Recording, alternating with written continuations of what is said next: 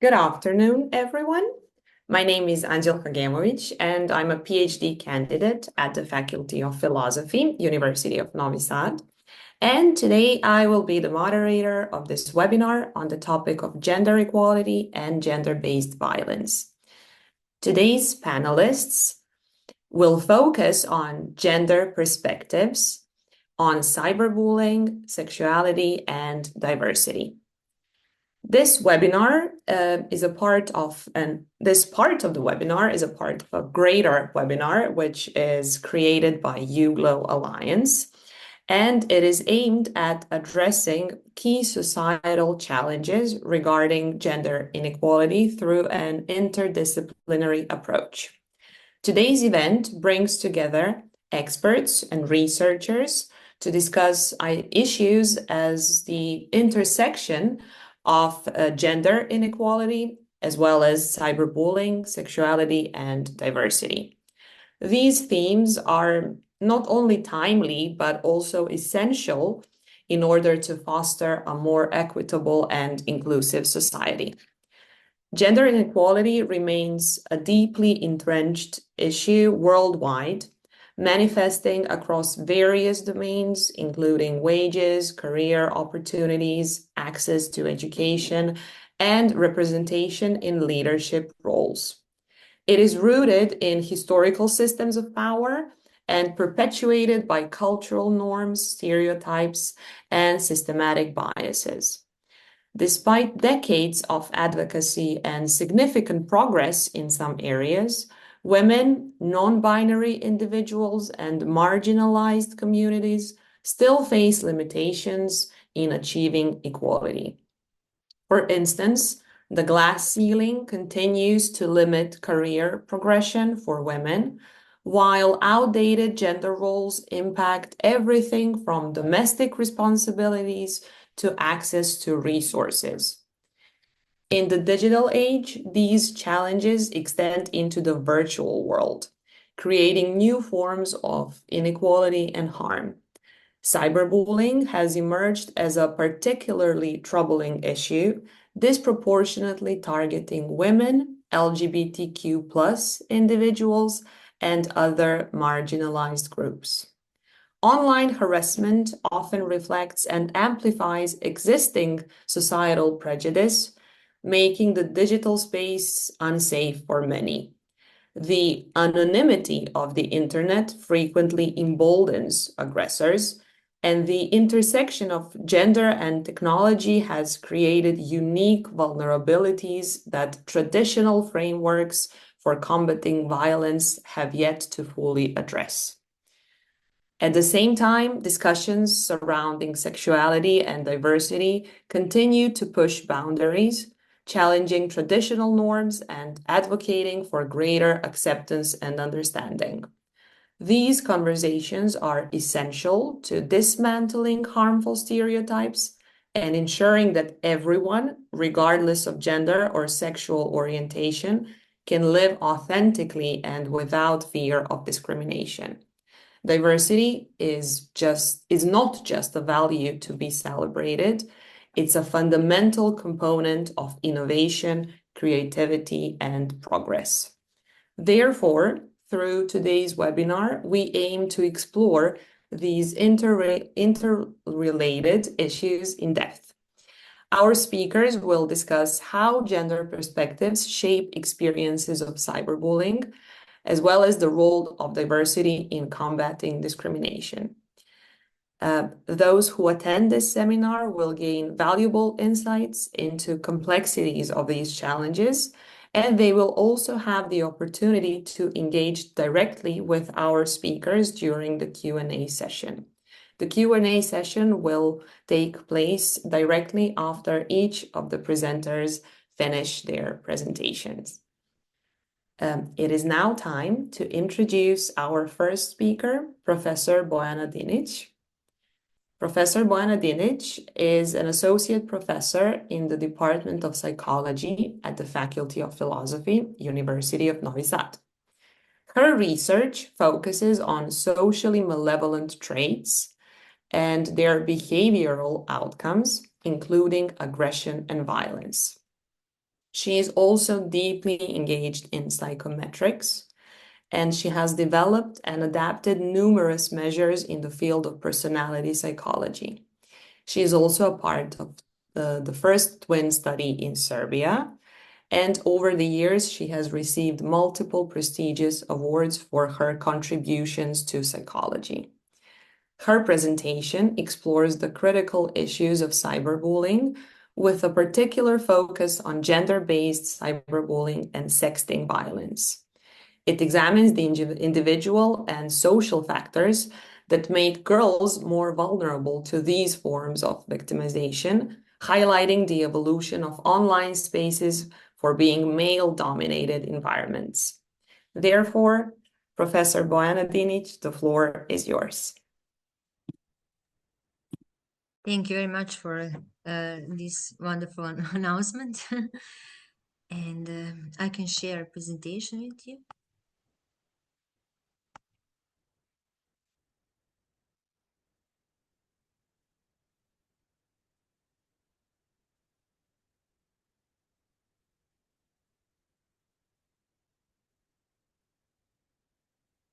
Okay. Is everything is set? Yes, all good. Okay, thank you. So my name is Bojana Dinic, and I have an honor to talk today about gender perspective on cyberbullying and sexting violence. But first, let me explain what is cyberbullying, just to be sure that we are on the same page here. So it is an aggressive act that is intentionally and most repeatedly carried out in an electronic context in cyberspace against a person who cannot easily defend him or herself.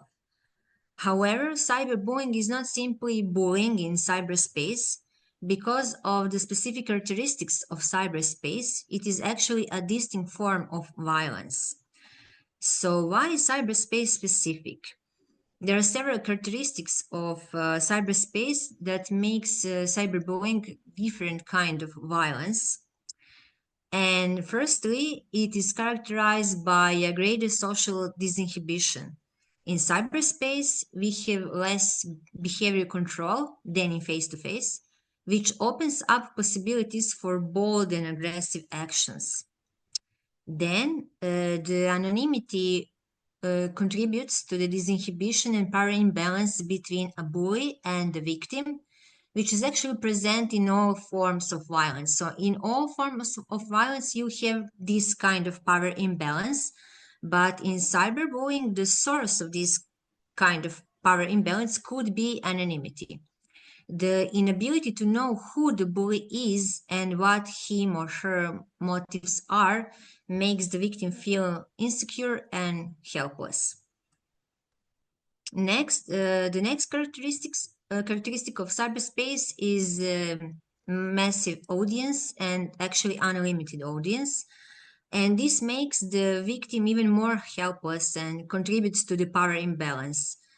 Although the violence, cyberbullying, can be private in private messages, for example, it is more often public and massive. Then the victim is constantly accessible via online or using devices, and cyberbullying can occur without their knowledge or if the victim is offline.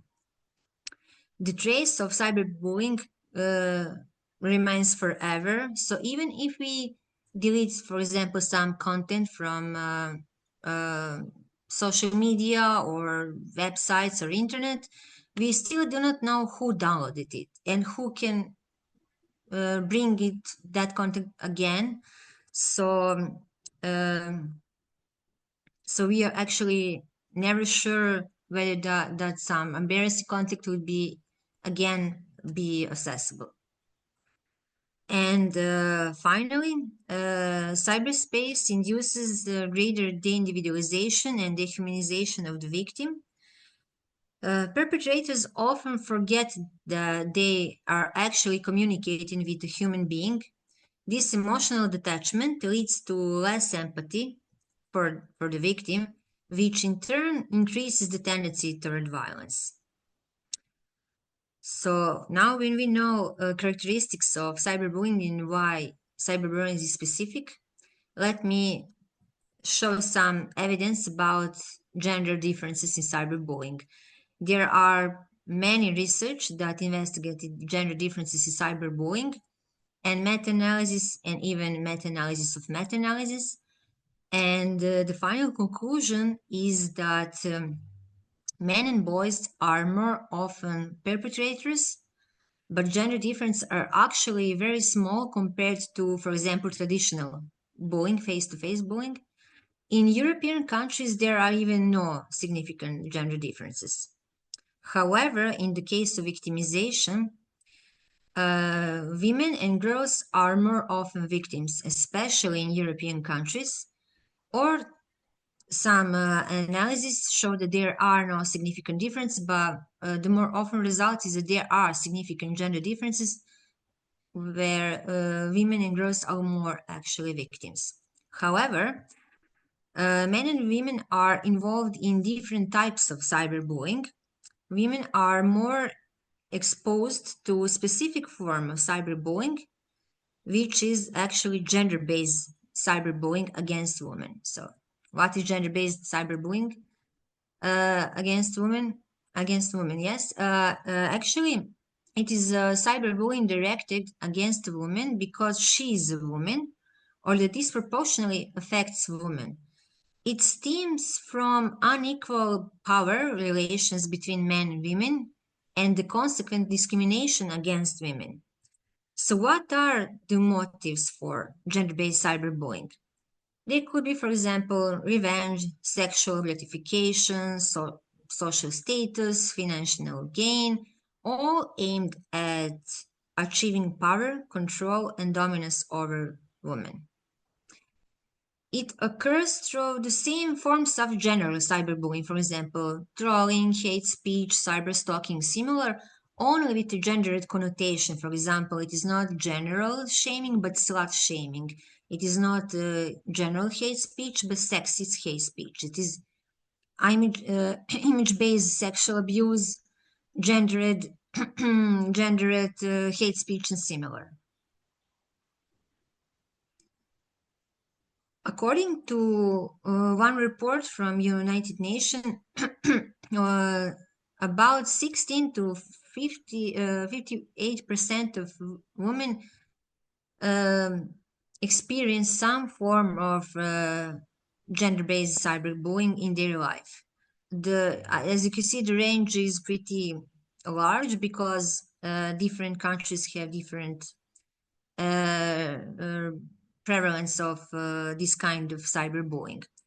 But in that report, some important questions raised. Actually, which groups are at higher risk? So we have three groups that are high risk to be victims of this kind of cyberbullying.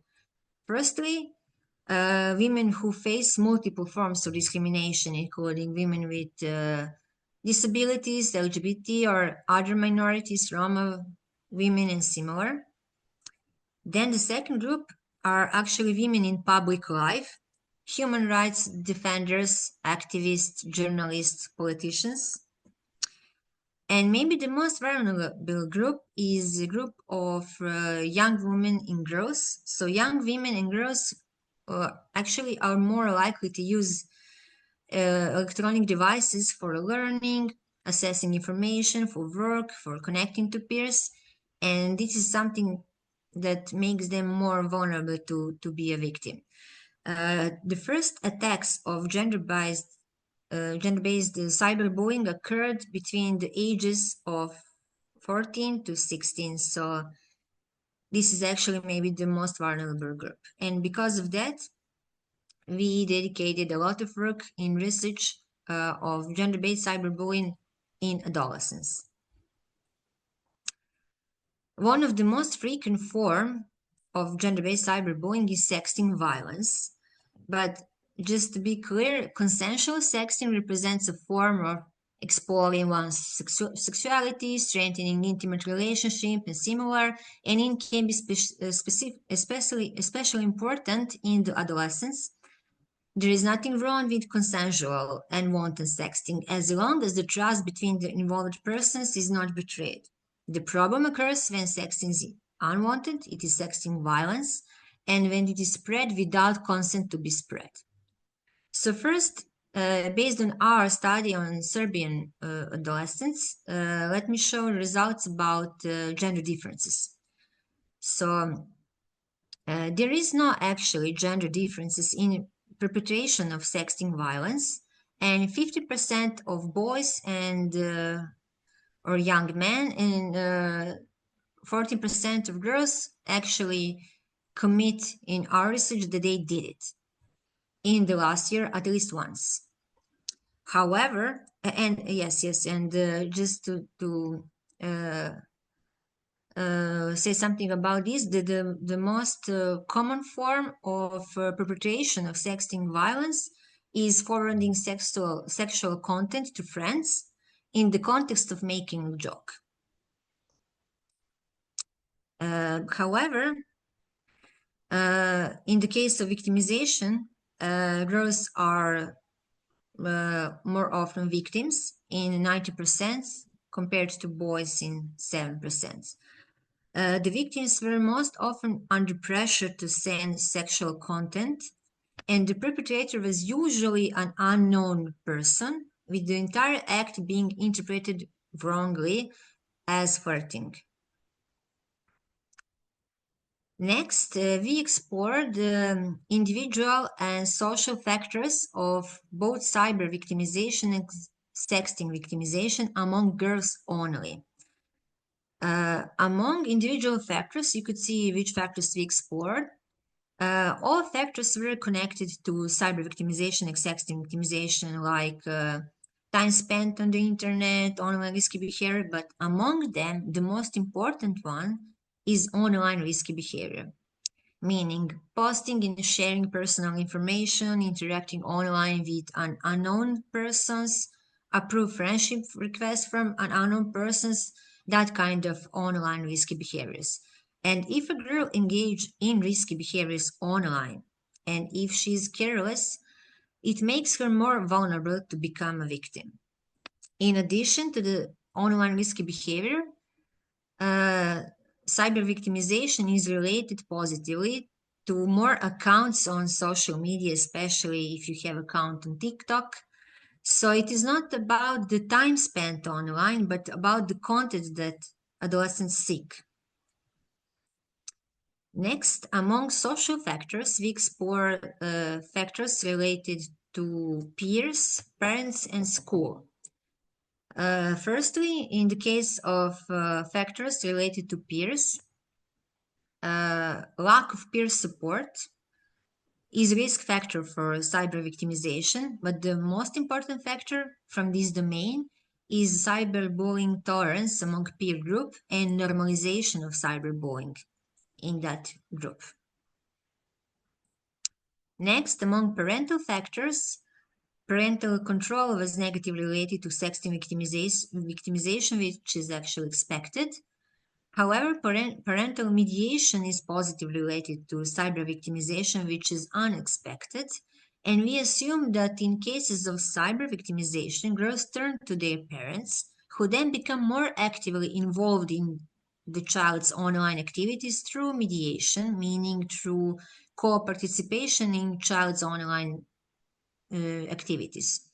So when girls lack of peer support, maybe support from teachers and school, they turn to their parents, who actually then become aware of importance of their involvement in online life of their children. And finally, among school factors, we explore school climate, and it is negatively related to both cyber victimization and sexting victimization, meaning the girls who do not feel connected to school and perceive it as an unsafe place are more often victims of both kind of violence. So what can we do?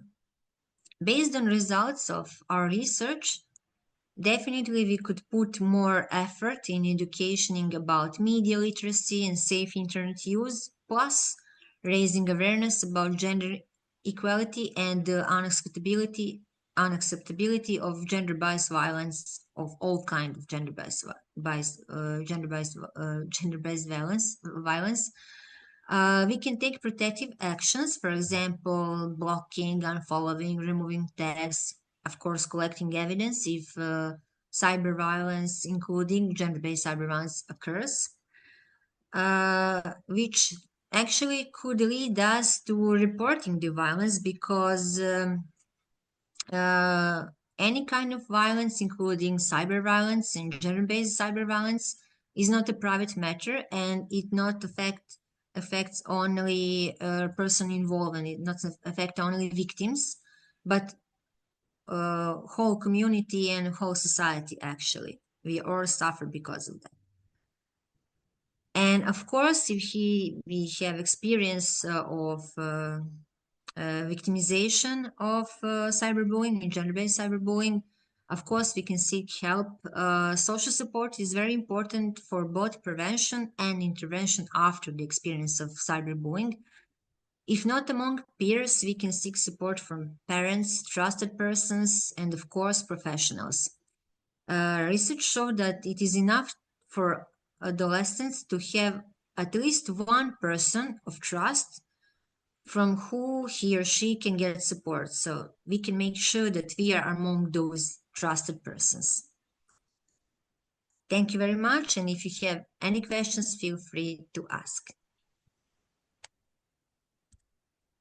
Thank you so much for this wonderful presentation with a lot of applicable advice on how to actually try to fight this cyberbullying. And this is a very relevant issue since we practically moved a lot of our lives, a lot of parts of our lives to this internet domain.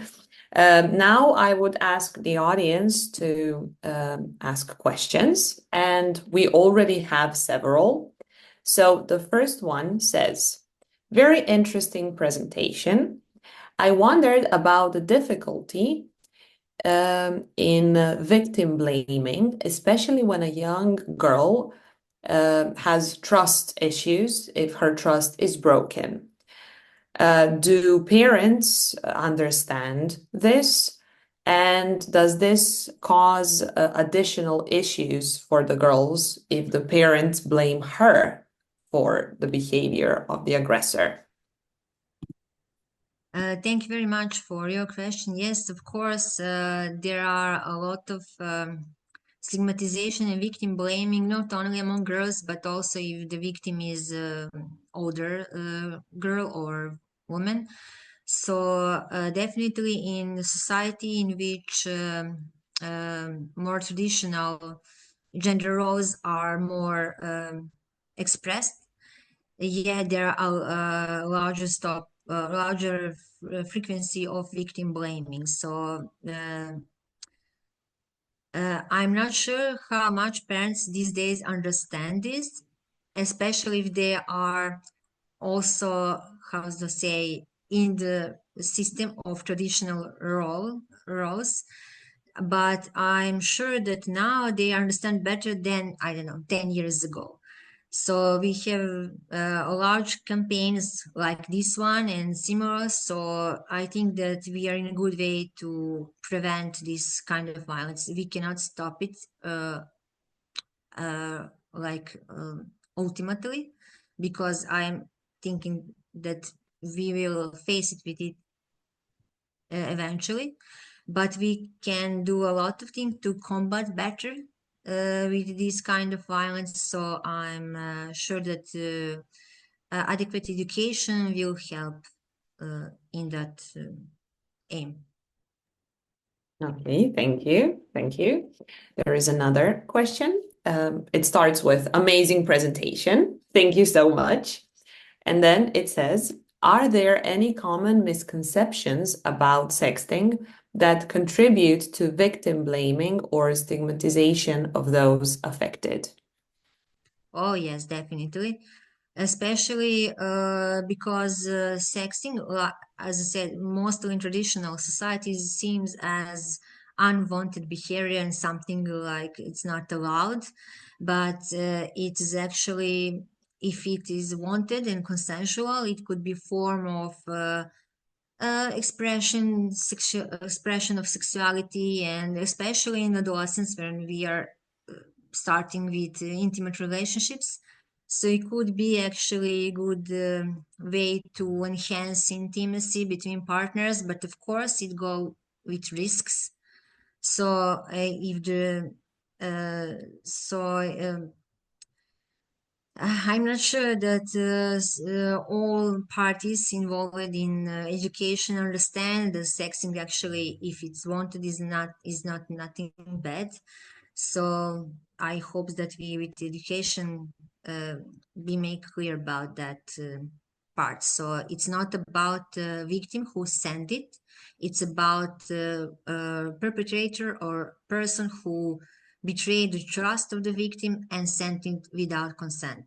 So it's always a person who did it actually, who sent it without consent, should be blamed.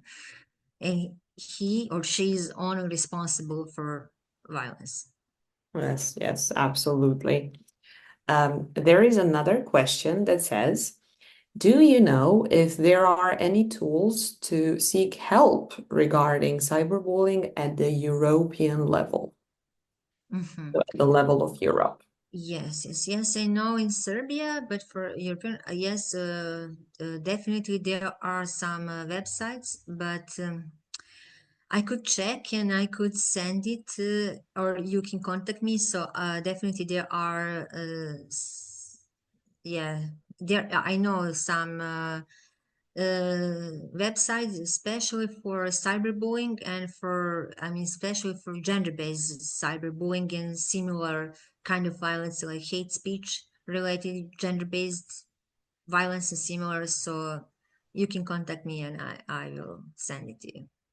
Okay, thank you. Yes, those are websites, but any particular tools that could detect? Tools. I don't think they exist. Like something on Facebook that would scan and analyze the hate speech, or something on Mm, any other domain of social media. yeah, I know for images that there are scan for example, nudity, but I'm not sure how much is effective for social media, some social media networks, because, well, we can see some context on social media like Facebook and Twitter.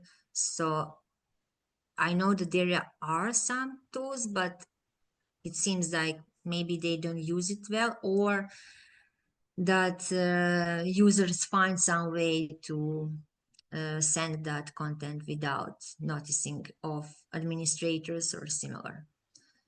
Yeah, So, they are not effective enough. So far they haven't proven effective. Yeah. Okay, we have another thank you for this very interesting presentation. And the question says, what is the age group of the victim profile in this study? oh yeah, it's adolescents from Serbia. It's high school students, so from the second to fourth grade. Yeah, so 16 to 18, more or Yeah, less. Yeah. yes, yes. Mhm. Okay.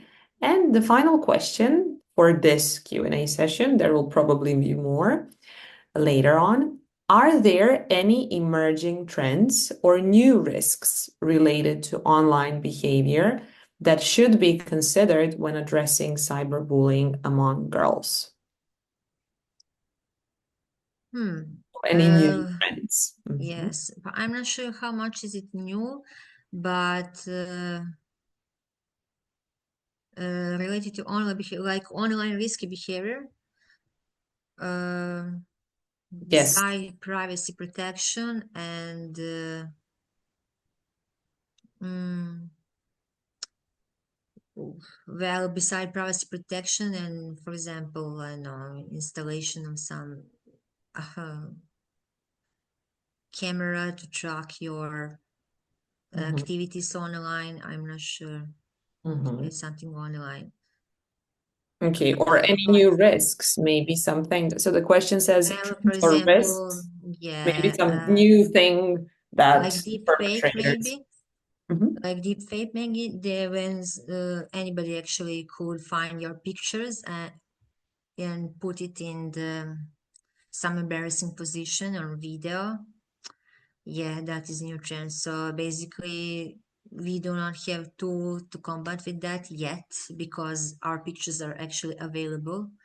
It's enough to have your head, for example, and not the whole figure to use it for some violence act in deepfake. So that could be maybe a new trend that we are not facing it correctly, for example, compared to some other forms of cyberbullying.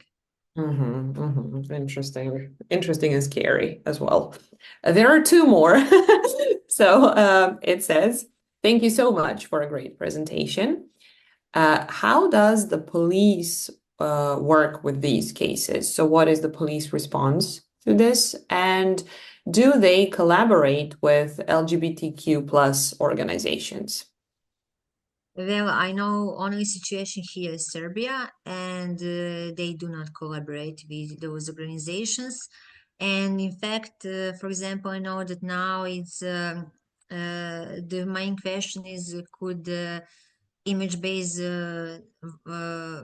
actually image-based cyber violence could be a special kind of criminal act. So some neighborhood countries like Croatia and Montenegro, they actually have a special criminal act dedicated to what is colloquially says revenge porn, but it's actually image-based violence. So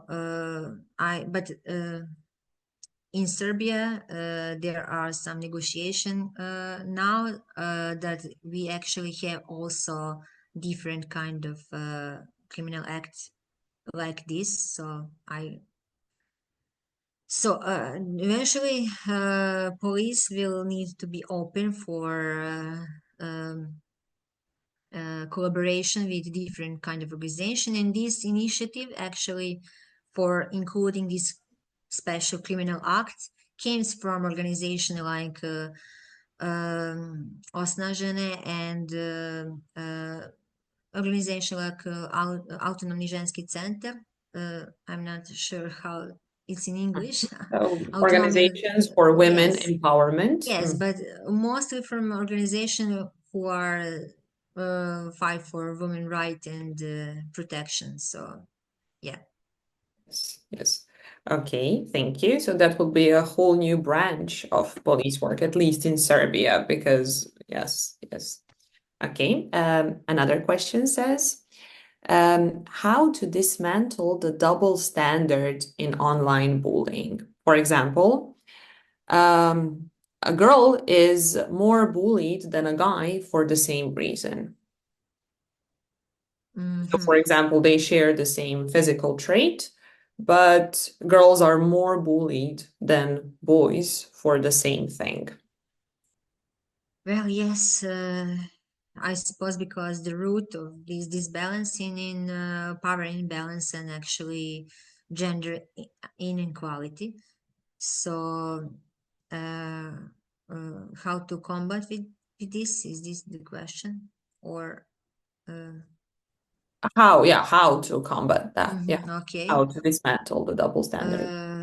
Yes. Well, uh, maybe we can put more efforts in education of boys. So boys should be very included in our all education programs, and maybe by this way we can be on a good track to not just make awareness among women but also among men about this kind of inequality and of ultimately violence. So maybe this could be good way. Education is always the answer. We just need to implement it in our educational systems. We just need to. Okay, and one last question says, thank you for the presentation. I wanted to ask, do the new possibilities of instantly being able to delete messages and chats pose a problem for saving evidence of sexual cyberbullying? Well, I'm not sure some social media allow, for example, screenshots, which could be also misused. But some social media, I know that they do not allow screenshots. They have some different kind of protection. So, well, I suppose it's not very problem because usually violence is repeatedly committed. So, if there is, for example, one content that is spread, many users will be spread it, or I don't know. So I suppose then in different kind of sources you can find the proof or evidence of cyberbullying. So, but yes, if it not send it directly to the victim, could be a problem how to prove it if it's deleted. But I'm supposed that all good, for example, in police, they could track it even if it deleted. So it's only a question whether they how to say perceive the risk and whether they want to do it if they perceive that it is needed for so it could be traceable, yes. How much they're willing to track And how much to they perceive include that it their is needed to do Yes, this. understood. Thank you very much.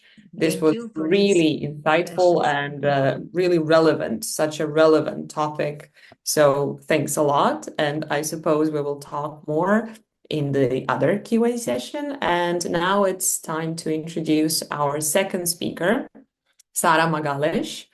I hope I pronounced it properly. Sara Magales is a researcher at the Center of Psychology at the University of Porto, where her work focuses on exploring the different dimensions of age and aging through the perspective of feminist studies, critical social psychology, and interdisciplinarity. She is also a member of the Horizon 2020 funded RESET project, which aims to advance gender equality and inclusivity in research and academia. Her interdisciplinary approach offers valuable insights into the intersections of age, gender, and social justice. This presentation adopts a feminist and intersectional perspective to explore how a diversity-centered approach can help mainstream and promote gender equality as a means to prevent discrimination. Drawing insights from the RESET EU project and its gender equality plan, it tries to implement these principles in higher education institutions, and it examines power relations and their impact on disadvantaged and minorized groups. By reflecting on academic realities through different lens, it offers pathways to advance social justice and drive meaningful social transformation. Professor Sarah, the floor is yours. Thank you very much for having me here. I'm sorry for my voice; it's not the best, but I'm sure I'll try to express in the best way. Actually, it's very interesting to be here after Boyana because I think I feel that we are elevating the content that she brought from the adolescents to and from the internet to the real world, to the higher education institutions. So that is going to be a plus because I as what we have experienced is that the kids that reach university sometimes lack this awareness and sensitivity to what it is violence. So they're kind of numb sometimes because they are experiencing so many different types of violences that actually they don't recognize some of the experiences as violence. And so that is why these interventions are needed, some actions are needed. So I was going to bring you this exercise of thinking the people that you work with, the people that actually are around you, to see what you have in common, or actually what are the differences between you, to lead you to this kind of common acknowledgement that actually among us, diversity is more common than equality. Not an equality in the sameness way of the word, but an equality. We are actually trying to move to an equality of opportunities and of rights, because people are diverse, and that is good. Actually, we talked about power imbalances as well, and it's okay to be different as long as we don't have to be in an inequality framework. So let me start by sharing with you some of the concepts that I work with. Normally, gender is common-based social attributes and opportunities associated with being female or male, as you all know. And actually, sexuality here, because of this central aspect of the human being, that includes also gender identity and roles in here, and it's very related with all the content that I present you. And actually, if you think about sometimes these characteristics that are socially constructed are not being reflected on that in a way that it could be deconstructed to have this impact and be more friendly of what we want the society to be. So this naturalization of the rules that are shared makes us a little bit gender blind sometimes to the opportunity of deconstructing some of these rules to promote transformation. And actually, this leads also to this diversity approach. That is another concept that is very important here, because of this heterogeneity that we have in personal, contextual, historical, and social characteristics that create this idiosyncrasies. And we have to give them more visibility to actually make a change, because we are not speaking of one person. We are not speaking of one type of girl or one type of boy. We have multiple diverse people here being under attack anyway. So it's not about the victim and the characteristics of the victim. It's actually a very different and very complex aspect to take on. But consider diversity, because we are not trying to communicate one-way solutions, because that will not apply to everyone. And this diversity, the differences, also potentiate the means to be discriminated against. So that's why intersectionality is here key, because we have to face the multiple factors as a way to address this complex infused whole that we are, so that none of this aspect is forgotten. We can try to see it looking for one axis and say it boys and girls. Of course, this is a major task already. But then if you go looking forward, you will see, as the questions mentioned, LGBTQ issues here on discrimination, people with different ages also being victims and perpetrators in different ways. Actually, now, of course, ethnicities is also an issue. The kind of abilities or incapabilities also. So intersectionality here is a framework that is very important, and that we have been working as well on. So as I mentioned, power is also here operating in a kind of subtle way because it's hidden. It's kind of a neutrality mantle that is being shared, but they're everywhere. This kind of power that overcomes one to another. So we have to deconstruct this notion and see power as being relational, and in a more Foucauldian way on that we construct power by giving and taking power from one another. In that sense, we can actually make a stand on how we do want to organize these interactions. In real and in internet, of course, online is much more difficult to be relational, but especially in presence, it's very important. Because the world that we live in, as you know, it's mostly binary and dichotomous. So they share the simplistic and homogeneous representation of things and this view, and it enforces stereotypes, these parasymmetries, and of course discrimination. So we think that we need to create spaces of visibility, to dialogue on this, to improve change, effective change. So, of course, we are not going to address any or all of those forms of violence that there is in the gender represented here in this gender equity iceberg, but the awareness of the very large part that is not visible, it's very important. Of course, it's important to address them all. We have to make special treatment for each because they are quite different.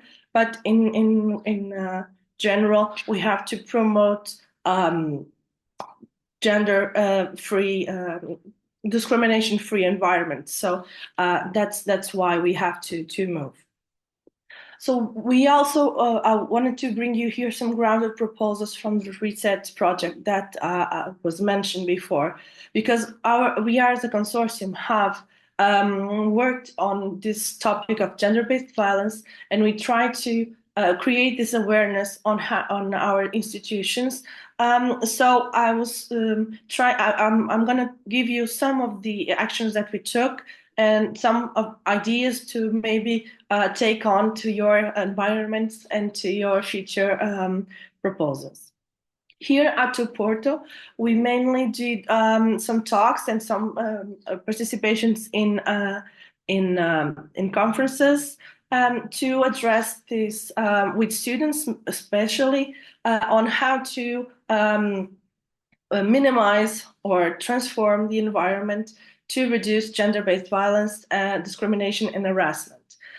We also introduced language, inclusive language, gender inclusive language proposals to accomplish this, and we had the creation of this complaint portal to be very important at our university, as it allows people anonymity to file a complaint for harassment.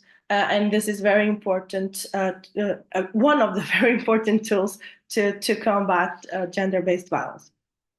Of course, we also have our gender equality plans that have the directed themes and directed actions, measures to combat gender-based violence. So we have to acknowledge that as well. We are now in 2025 starting our second gender equality plan. At partner level, we are 7 partners, institutions at this consortium, and each partner also developed some local activities. And we have here examples of magazines that have dedicated issues or dedicated articles. We have also these emergency call numbers that were spread through the campus to notify people that they could use this number to ask for help or for company to go through the campus in safe. So various different options. And also here we have this French proposal, the lettre maître, which is some kind of trying to go from green to red on what we can accept and what not to accept on this violence behavior. So this is actually very informative, very visual tool that the University of Bordeaux developed. And of course, we also did things at consortium level. We did some webinars, we did some talks on this issue. We did some co-design sessions with this dynamic approach to finding the main problems, solutions, and the risks. So here with this approach. And of course, we developed some more formal training proposals that you can find online as well. Different kind of sessions to explore different kind of ways to combat gender-based violence. Going through towards the end, I would like to let you with this 12 recommendations that were listed. There go along with and many things that I've been saying that created this supported interaction with top management, try to engage the community, having a reporting unit, a reporting portal, make sure that you can address things with anonymity, which is very important. Be aware of conflict of interests or maybe how the reporting is made that maybe lets you feel uncomfortable to do those reportings. So a lot of issues here to be tackled. Sorry. And of course, we also support fine-tuned JEPs directly to address your context and your institutional framework to be more effective, to be more closer. So all our universities develop gender equality plans. And as you know, the European Commission endorses one area based on violence and gender-based discrimination as one area to tackle. So these tools that are mostly arranged with top management and have their contribution, sometimes their engagement in a very active way are very important to make sure that you create this zero tolerance and safe space on your higher education institute. So in sum, I think we have started here a dialogue that is not going to end today because I think it's urgent to open up and continue to speak on this and to get more incomplete data to be a very informed dialogue to actually make this transformation effective.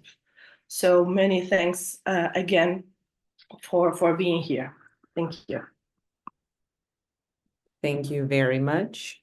This is, again, a very relevant topic, and you already sparkled some questions. So the first one says, very interesting. And are there also student groups at University of Porto who work with this? And how can students get involved? Yeah, actually, now we are going towards that phase because the initial issue was with this project it was that they target the structural, the foundational and structural part of the university. So they were gender equality plans addressed to staff members, teachers, researchers.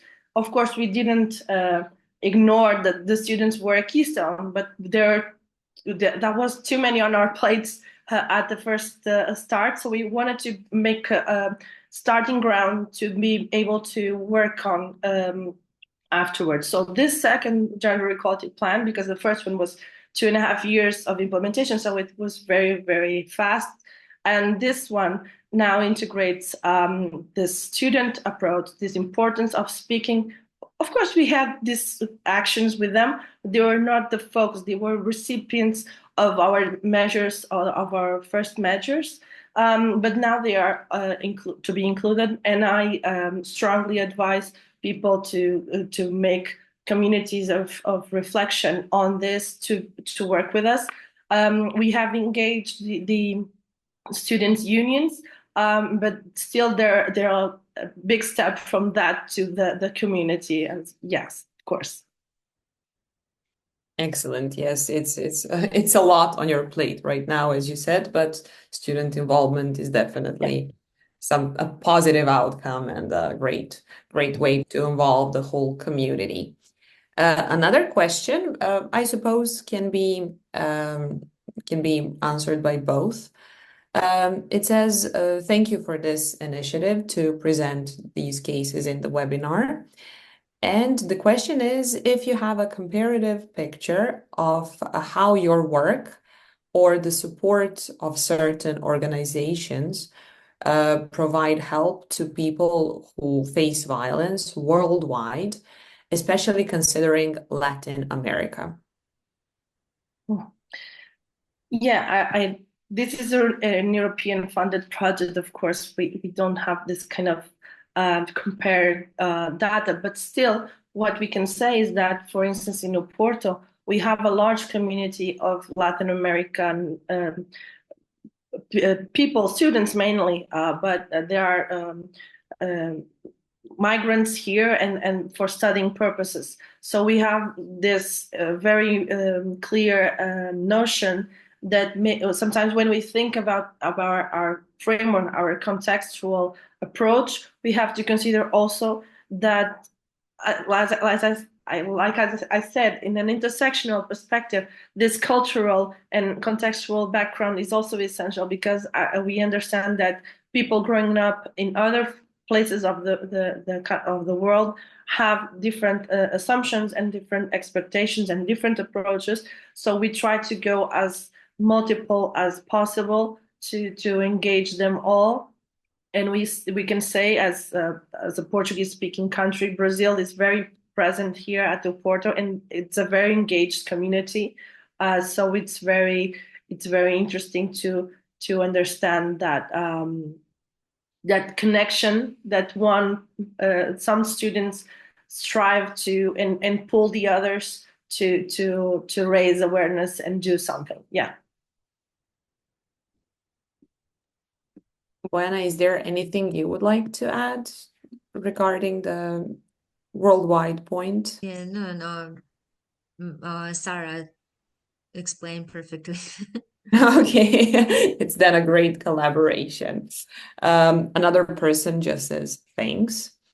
Then we have very interesting and insightful presentations. This is not a question, but rather a comment that I believe relevant to the topic. The Giselle Pellicot case is a very clear representation of gender violence in both real life and the internet space. Her discourse is important. Women should not be ashamed of the violence they suffer. It is the perpetrators who should carry this emotion, not us. So if you would like to comment on that, either of you. Yeah, no, we'll have definitely a more stressed opinion on this. But I can say I fully agree, as you probably understood from my presentation. And sometimes I think it's important to go a little beyond those the reasons why we still keep feeling responsible for what happens to us. So I think I understand that we are looking at violence here, but when we speak on violence, this is kind of a multiple layer thing, because we have to consider the how we are educated, how we grow up, how we are educated, and to feel responsible for us and for our bodies, for others, for caring. And this complex and intermixed things is the makes us feel that we have to be responsible for everything and control everything. And that leads many times to shameful feelings and actually others feeling ashamed for others' behaviors is quite common. And that empathy that is tried so hard to be created and infused in girls make us be empathic also with who's going to attack us. So yes, we have to strive to change the way we feel and the way we think, and being out and as she is, and being showing her face and not ashamed is very, very powerful example. Yes. Thank you. Yes, absolutely. It's very empowering. Yes. Another question is actually related to the links that Professor Bojana Dinic provided. So if you would just like to comment on what we will send to our participants, Bojana, the link that you sent, could you just elaborate a bit on what we're Yes, gonna yes. see? I promise links for website, but actually I find some links for tools. It's mostly tools for parents, how to use it to protect their children from cyberbullying online, but there are also other tools that could be used for protection. So feel free to explore it. There are a list of several tools that could be used. Mhm. The links are in the In the webinar chat. chat. Yeah, they're appearing just now. And there is another question related to Giselle's case. It says, what is the responsibility of the press in this situation? So that's a very interesting question. Press likes to twist for various reasons. So what kind of responsibility do they carry?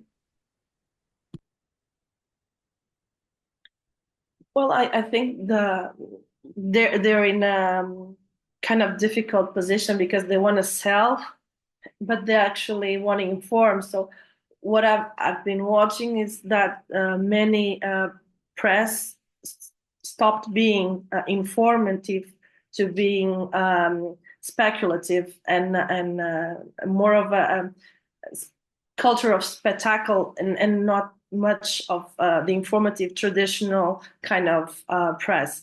And of course, they have this responsibility of how to address these, how to report. There's a lot of codes of conduct spread from Europe. They actually have a way to do it. Some just choose not to. But of course, it's very important to at least spread the message from the victim because she wanted and she requested it specifically. I think that is very important. Yes, thank you. Yes, finally, it is their main job to be informative in the first place, but it's relevant to just get it out there. So, absolutely, yes. Another question says, do you have many male students taking interest in this subject? Well, yeah, actually, there are not many because I think that the context for Boyan is going to be the same because we work with psychology, and psychology is a feminized profession nowadays. So there are not a lot of male students. Of course, in the University of Porto as a whole, we have more, but they're interested on a dialogue because gender is not just for girls, not just about the girls, and we try to make them think of as stakeholders as well. Because as Bayana mentioned, we are not, we cannot be bystanders. We have to have this active role. So engaging male students is very important. So we are in proportion. There are not many. We cannot say there are many, but the ones that are interested are actually interested and make in making a difference. So yeah. If I make If I could add, of course, the same situation in Serbia, but with, for example, students at university, it's easier because they already have some pictures about traditional laws, power imbalance, gender equality, and similar. The more challenging it with adolescents, with students of high schools, the male students, because they are actually we need to put more effort in their education about gender equality. So this is could be challenging. So, but from my experience, they are more involved because, for example, in cyberbullying, there are no significant gender differences. So they are more involved now because they figure out that maybe they can be victims. So maybe because of that, they also have more empathy with other victims and similar, and they could be involved to protect them and finally to prevent future violence. Okay, thank you. There are no more there is another question. It says, have either of you witnessed wrong types of emails from colleagues? I wonder if it is also bullying from older generations. So is it possible that older generations, those who are not as used to using the internet and social media, also add to the context of cyberbullying?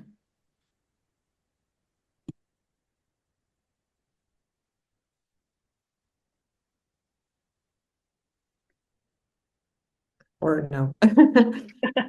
We can maybe rephrase the question. Of course, Yeah, it yeah. have to deal with colleagues in particular, since this is still academic environment. But the question is, to what extent do older generations, those who are not as used to using and having their lives online, to what extent do they bully?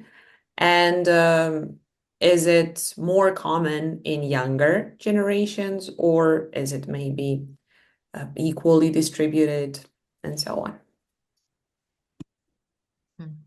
Yeah, I was thinking that sometimes it's not a case of bullying per se, but sometimes, in depending on the relationship with these colleagues, some kind of harassment, because sometimes it is intentional. It's not because you don't have the IT skills, but sometimes you can have this misfortune of not being skilled enough and doing something wrong. But if you are confronted, you acknowledge, and then you try to change. But sometimes people that are from older generations also have hierarchical places, and they have this power relation with you, and then you are not going to confront them with this email that you received.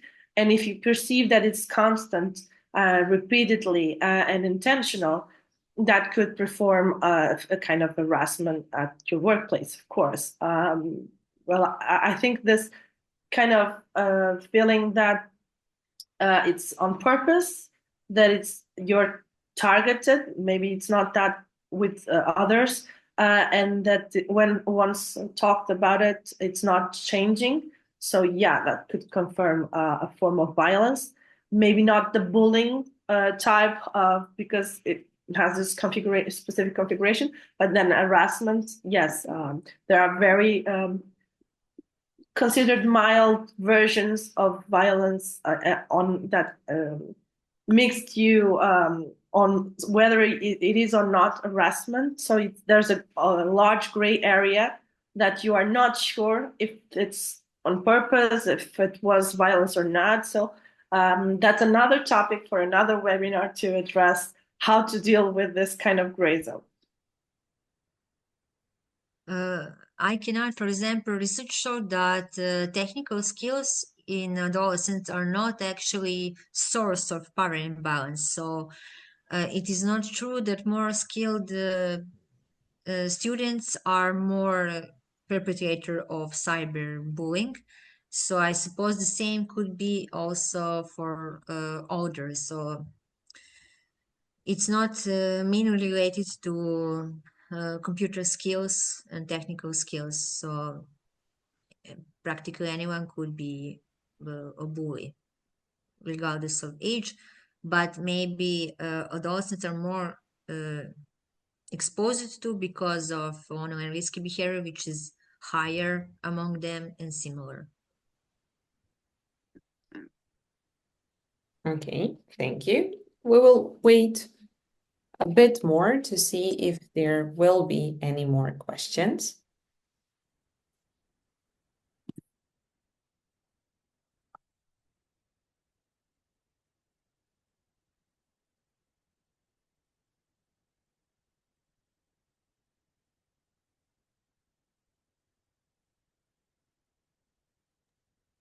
Okay, I don't think there will be any more questions.